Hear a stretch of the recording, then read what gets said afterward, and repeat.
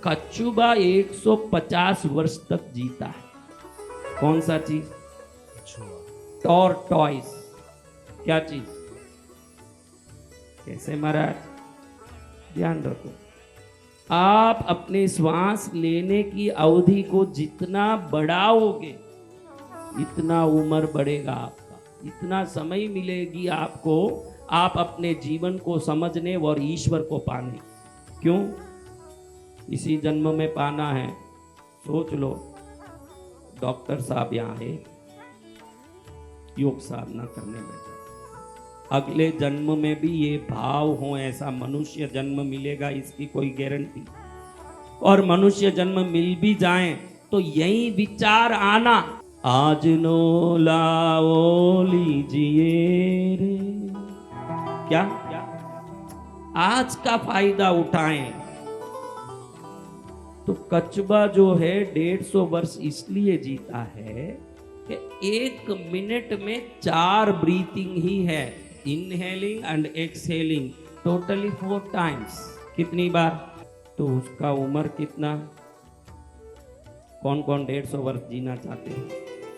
श्वास को दीर्घ बनाना है। देखो, 150 वर्ष जीने के लिए किसी विशेष प्रशिक्षण की जरूरत नहीं है। श्वास की दीर्घता की, अभी आपका गुस्सा, आपके चिड़चिड़ाहट, आपके नफरत ने दुश्मन को कोई दुख दिया हो या नहीं, आपके शरीर को जरूर दुख दिया है। कोई दुश्मन आपके तकलीफ से तकलीफ में आने वाले नहीं, मैं उसको देख लूंगा, मैं इसको मार दूंगा, उसको पकड़ लूंगा, चाहे जितना चिल्ला, तेरे चिल्लाने से तेरे शरीर बीमार हो सकती है, दुश्मन का कुछ नहीं बिगड़ेगा। अगर तू शांत है और खुश है तो तेरा श्वास दीर्घ बनता है। क्या होता है? दीर्घ। और दीर्घ श्वास लंबे उम्र का कारण बनता है। क्या बनता है? लंबी उम्र का कारण। अभी हाथी देखो महाराज, 100 वर्ष जीता। कितने? 100 वर्ष। हाथी कितने वर्ष जीता है? 100 वर्ष। कैसे? 7 से 8 बारी 1 मिनट में श्वास लेता। जो मनुष्य 12 बार अगर श्वास लेगा 1 मिनट में, आप 1 मिनट का टाइम रखें कितनी बार? देखो, एक श्वास में जाना और आना दोनों गिनती में है। 1 बार हवा लिया और बाहर छोड़ा, ये 1 बार गिना जाएगा। कितनी बार?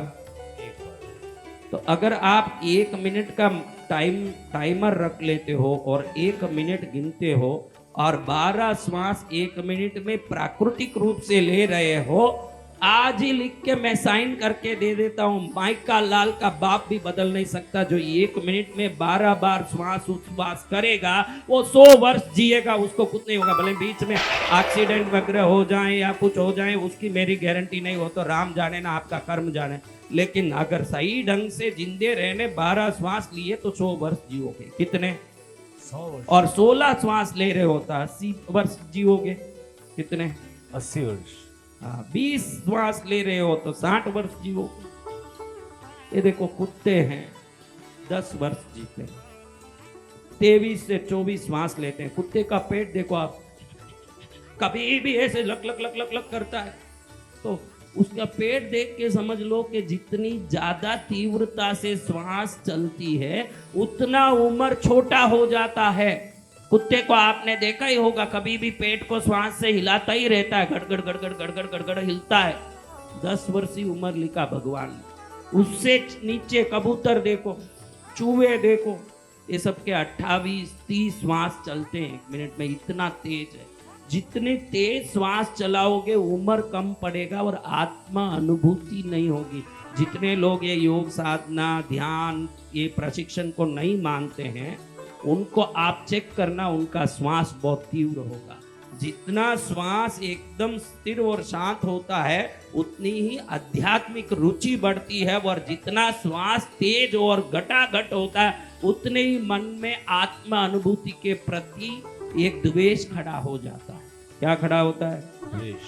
तो आपका श्वास सब कुछ। इस श्वास में सबसे पहले हमको सीखना है, आप में कई लोग किए होंगे, लेकिन एक शिविर चल रहा है तो उसमें क्रम से सब चलना चाहिए, क्योंकि कई लोग आज तक कोई योग साधना के शिविर में गए ही नहीं होंगे, नए होंगे। तो योग साधना कहता है कि आपके नाड़ियों में आपकी कर्मों की अशुद्धि और खून की अशुद्धि दोनों वही हैं। Physical impurified elements, physically impurified elements, physically यानी शारीरिक रूप की अशुद्धियां, और स्पिरिचुअल इम्प्यूरिफाइड एलिमेंट्स, पूर्व जन्मों के कर्मों से भी हो सकता है अशुद्धि मन में। तो इसको निकालने के लिए कोई भी योग साधना नाड़ी शोधन से शुरू हो।